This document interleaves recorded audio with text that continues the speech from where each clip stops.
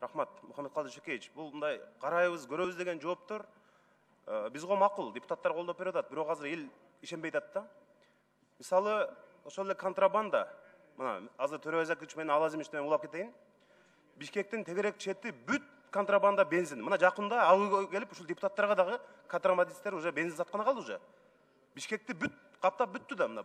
Эксперттердин айтымында 1 жылда 5 миллиард сомдой ушул ГСМдин контрабандасынан эле бюджетке түшпөй атат. Мындай бир сунуш берет элем да, сиз антимонополияны, финполицияны, салык кызматын 3-4 жетекчини кызматтан алышыңыз керек. Чечкиндүү кадамга барганда контрабанда токтойт. Кийинки келген жетекчиге контрабанданы токтотуу талабын коюшуңуз керек. Ошол эле Баткенде мына. Булардын маалыматы боюнча 1 жылда 22 факты катталыптыр. Мына жыл башынан бери 1 жылда эмес 4 айда. 22 факты бул күнүнө түшкө чейин өтөт. Булардын маалыматы бүт жалган болуп атпайбы? Ошондуктан контрабанданы тыйсаңыз, бул бюджетке чоң, бюджет толтурууну таппай атабыз, ушул контрабанда менен күрөшүүдөн гана табыш керек. Жетекчилерге менимче катуу талап коюшуңуз керек. Аткара албаса планды аларды жумуштан алыш керек.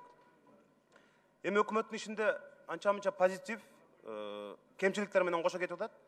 Мисалы, ошол эле коопсуз шаар, мугалимдердин айлыгын көтөрүү сыяктуу жакшы иш-аракеттер дагы бар. Бирок сиздин программаңыз жаратмандык жана ишеним деп аталып келатат. Тилекке каршы мына күч органдарына болгон ишеним жок азыр. Таможня, финполиция, салык кызматы, бүт мына прокуратура, бүт ушул тармактарга болгон элдин ишеними жок. Туура эми, бул жерде могул отчетуңузду да окудук мындай. Саакашвилиден кийинки реформатор өкмөттөй сезилет экен, бирок тилекке каршы жанагы сыртка чыкканда адилетсиздик, коррупция, паракорлук дагы эле күчөп атат.